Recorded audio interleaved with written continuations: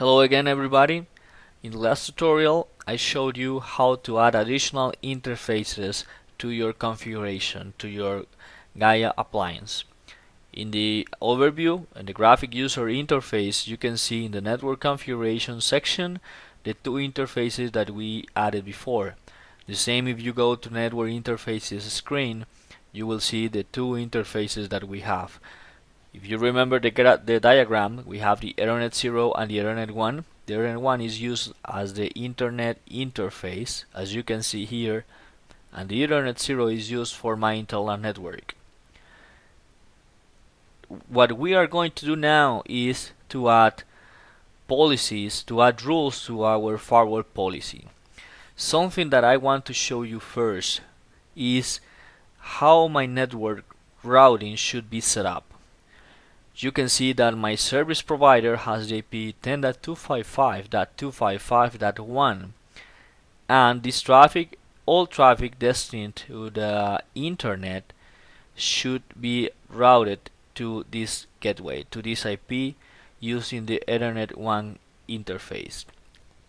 I'm telling you this because before to add any policy, any rule to the policy, we will have to modify the routing table. In this case, this is a very simple app, very simple designed, and we just want to modify the default route. So basically we will tell the firewall, basically we'll tell the firewall anything that you do not know has to be forwarded to this internet service provider. Then in our configuration, in our graphic user interface, we will add a static route. This can be done using the command line interface as well.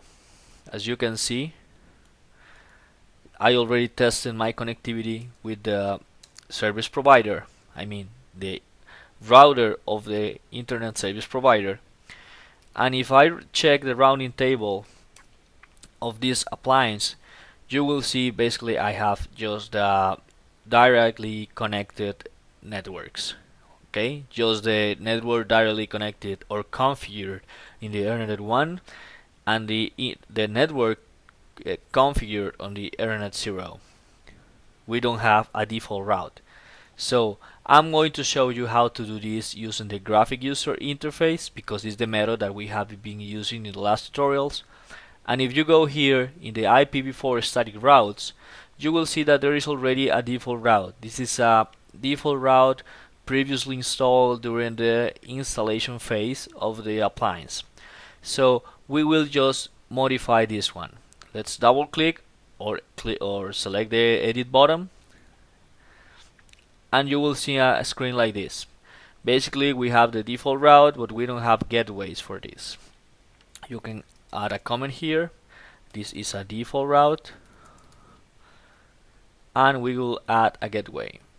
You can do any of these. You can add the IP address, or you can select a network interface. I always prefer to select the network interface. So we will tell this firewall anything must be forwarded to this IP. And remember, this is the priority of this route. This means if you have different routes, the one with the lowest priority will win. Just to say it like that, will be the preferred method. This can be used if you want redundancy, and if you have, for example, two service providers, you can add two default routes, but one with a higher priority. So the priority one will be used, and if that one fails, the next priority will go to the routing table, will be used. Okay, so let's add the default route, and this is everything we will do here right now. Now let's start working with the smart dashboard. In this case, as you can see, our policy is empty. We have nothing basically. This is what you will see when you start the smart dashboard and you access your policy. This is what you will see the first time. We have several options here. We have add a rule at the bottom or add a rule at the top. Since we don't have any rule yet, it will be basically the same. So let's add a new rule at the top. This is the default behavior of any new rule that you add to your checkpoint policy. Anything new will be marked as drop. I mean, all actions of the new rules will be drop. This is something you have to be careful with, because if you have 100 rules here and you by mistake you add a new rule at the top, a new drop rule, see that anything from any source going to any destination will be dropped. So if you go ahead and install a policy, you could cause a huge downtime. So let's start working with this. I always add a default route. I always add a default route, sorry, a default policy, a default denied policy, default denied rule.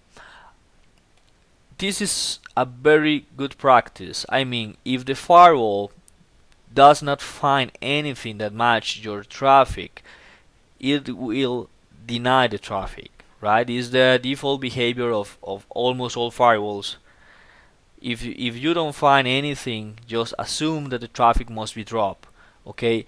But it's a good practice to add an explicit route instead of just having it implicit, right? So add always an explicit denial rule, okay?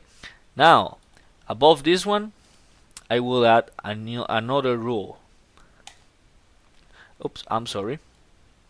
Let's just move it. Paste above. Okay. Let's add a new rule. But in this case, this will be a rule to accept. Okay. In this rule, what I want to do is permit all the traffic from my internal network going to internet and using the ports HTTP, HTTPS, and of course DNS, because we want our URLs to be resolved.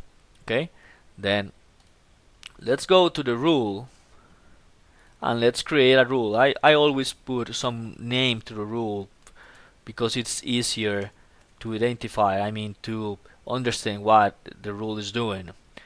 Internal network access, for example. Okay, here in the source I will add my internal net. You can see there is a default internal net object configured, but it doesn't have any IP addressing. Okay, in checkpoint like in Juniper and NetScreen and Palo Alto, almost all platforms are moving to that way. We don't work with IP addresses directly into the policies.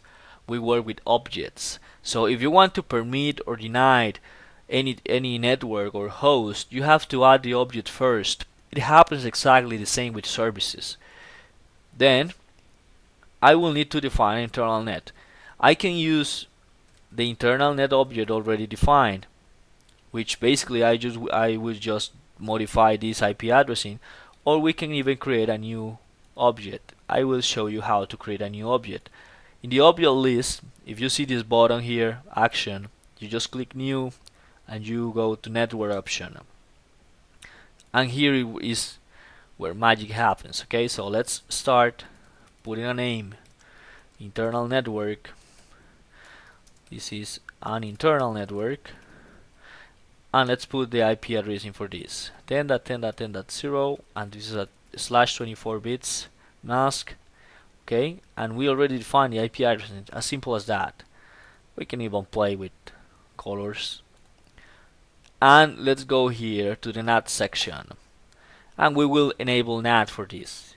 We will just check the add automatic address translation rules, and the translation method I will use here is hide, and I will hide behind the gateway. Why I'm using these options? Basically what I'm telling the firewall is, once the traffic is permitted and you forward it to the outbound interface, substitute or change the source IP address, in this case 10.10.10. whatever, with your IP address, with the IP address that you have in your external interface.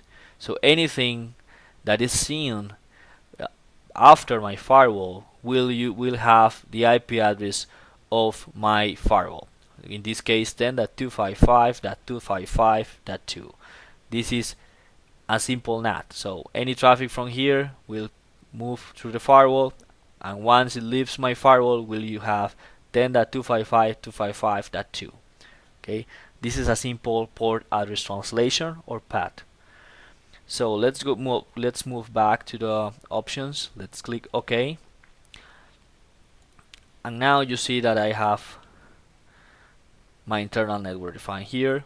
This is a network icon, and I will just drop the object into the source. I won't use any destination because basically this is a rule to permit anything going to internet. And in the services, I will click on this plus icon that appears when I mouse over the service column, and I will look for HTTP. I will look for HTTPS,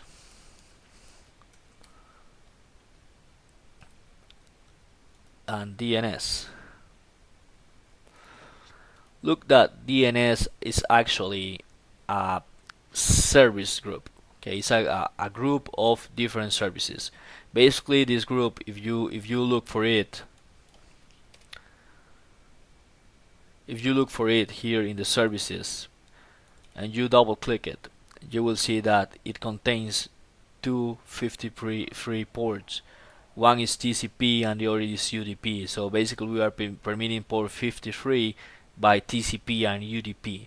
This is something that I haven't defined. This is something that comes from the initial configuration, and as you can see, the checkpoint during the installation at specific ports, very well known ports: HTTP, HTTPS, DNS, FTP, TFTP, SSH, very well known ports. But if for some reason you have to define a new port, a port that is very specific for your company, you can do that as well. So here in the action new, you can create a TCP port. I can put the name that I want. I will just put my app. This is the port used by my app, for example, used by my app.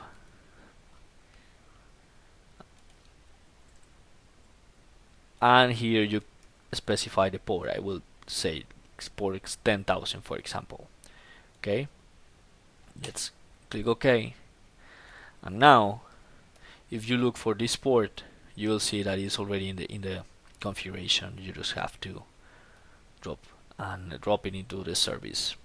Drag and drop, simple as that. I will mark this to log. I'm marking this to log because I want that any traffic matching these rules to be shown on my SmartView tracker and added to the logs. Okay, you can add comments to the rules. This is my ticket number, for example. Many companies use this field to add ticket numbers. So when a user comes and requests a specific permission for its application, many companies just add the ticket number here just to have like a record of who requested. This is something very interesting from Checkpoint, very useful, I have to say. You can define a time here. I want this rule to be available only for, I don't know, 1, 2, 3 months. Okay. Once I have this, I will verify the policy. It's very useful to verify the policy first because basically this will tell you if there is something full into the configuration, or there is something that doesn't make sense at all, or there is a conflict in your rules. Okay, so it is always good to verify the policy first. Okay, so here in my Windows 7 box, I want to show you my IP address, and I will try to navigate. I will try to browse the internet, check my IP address. As you can see, it's falling to my 10.10.10 network. Google is not resolving.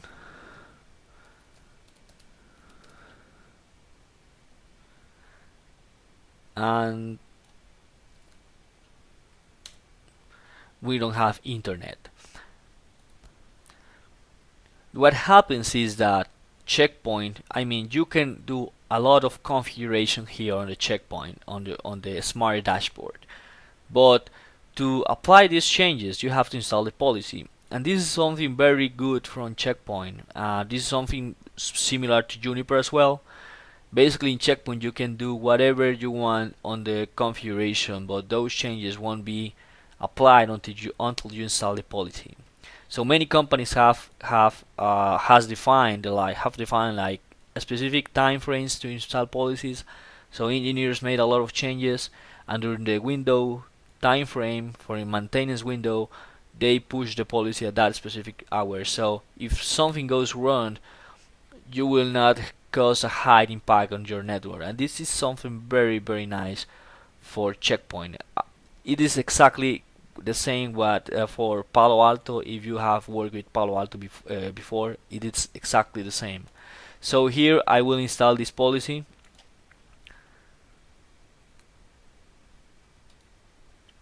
and let's see if after the policy is installed I have. Okay, it's resolving now, and the policy have not yet finished. Okay, it's verifying the policy. Remember that I am not permitted ICMP, so it's normal that it requests timeout. Okay, the policy is installed already, and now look, we have internet connection.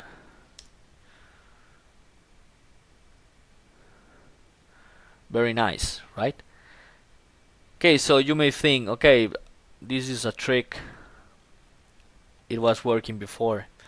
There is another tool that I will explain you in another tutorial, but I will show you now just to prove that my firewall is actually permitting the traffic. There is a tool, Smart View Tracker. Here you can check anything that passes through the firewall. I will authenticate. Let's log in. Basically from the Smart View Tracker you can see it's another graphic tool, and basically here you can see if what traffic is permitted and what traffic is being dropped by the firewall. I hadn't accessed it before, that's why you are seeing the trial period. So let's wait for it to be accessible. In the meantime, I will explain you another thing. Remember that in my diagram I have also a Linux CentOS server. This is my Linux CentOS server, as you can see. Nope.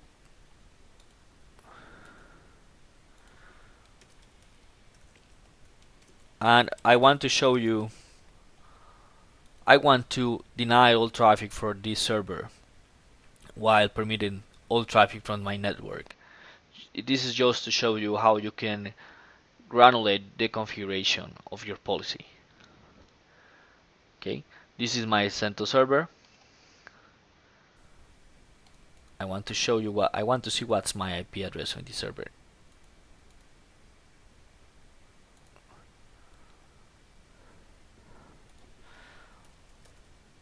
Okay, the IP address is 10.10.10.100.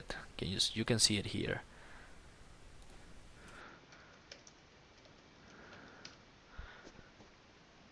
Okay, I have resolution as well.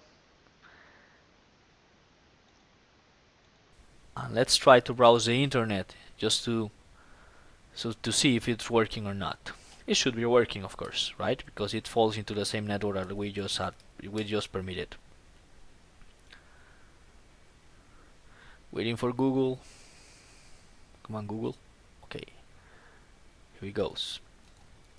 bestitsource.com. Transferring, you see it there. Okay, it's cool. It's good. It's a pretty slow machine. It's a virtual machine. Okay, so we have internet connection in both machines, right? So let's go back to the policy. Let's see in the Smart View Tracker and look at this. I'm just going to show you the last traffic. Look at this. I have traffic from 10.10.10.100. Okay. And let's browse again with the Windows 7 machine.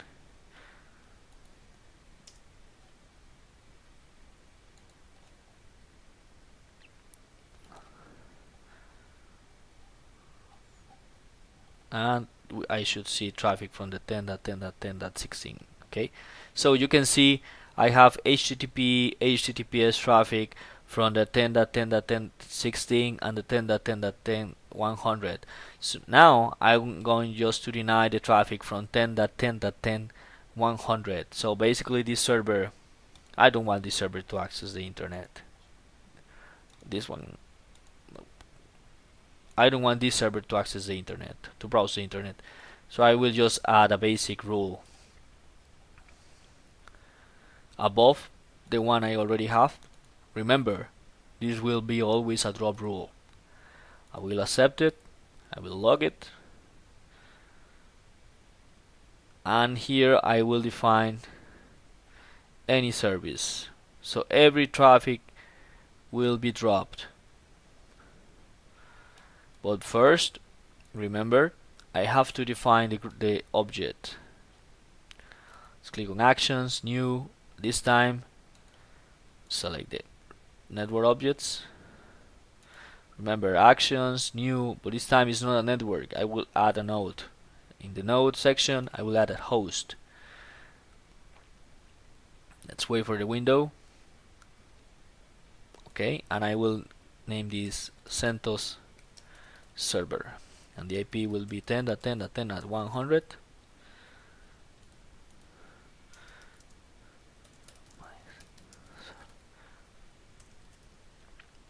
You can even work with NAT too if you want. In this case, I'm going to drop the traffic, but it makes sense to configure the NAT already now. Okay, I will add automatic address installation, and basically I will hide it behind the gateway as well.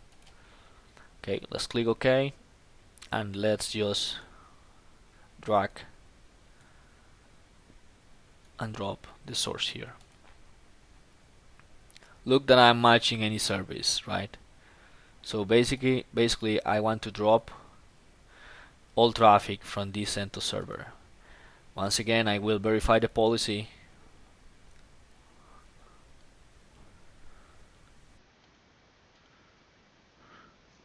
And after that, I will install the policy.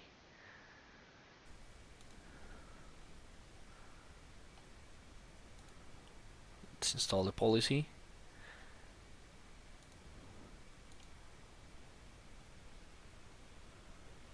And here, let's refresh this page.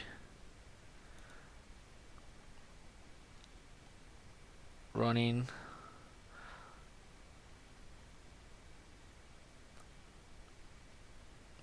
Let's see if the policy it's not installed yet.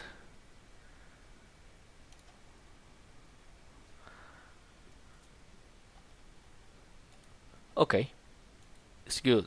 Now let's going to test it.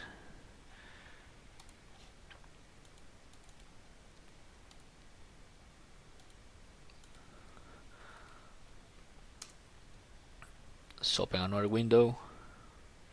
It says waiting and waiting and waiting.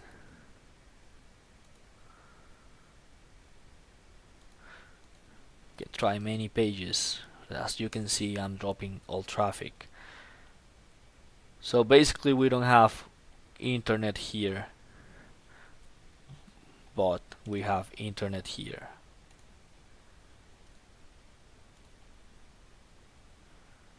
Okay, and in the Smart View Tracker, you will see the traffic from from my CentOS server that is already marked as CentOS server. If you mouse over the host name, the source, you will see the IP, and you can see that all traffic is being denied. Okay, but traffic from 10.10.16 should be permitted. As you can see, I have here traffic passing. I have domain UDP resolving. Okay, and if you don't believe me, let's go to youtube.com.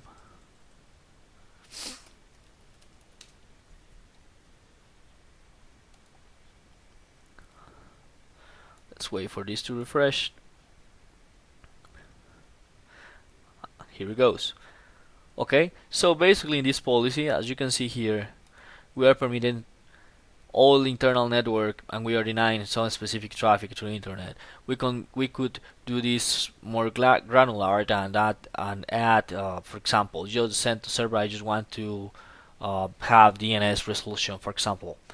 This is something very easy. The GUI for checkpoint is very let's say easy to use. It's very easy to use and it's not complicated to use. So I have shown you how to play with it, how to add routing to your configuration, how to add new policies. In another tutorial, I will show you how to play with nets in the smart dashboard. And in another tutorial, I'm going to show you how to play with the Smart View Tracker and what you can do from there. Okay, so I hope you enjoyed this video. If you like it, please share it. I hope to have your comments, your questions. Feel free to shoot your questions to me, and thank you very much for watching.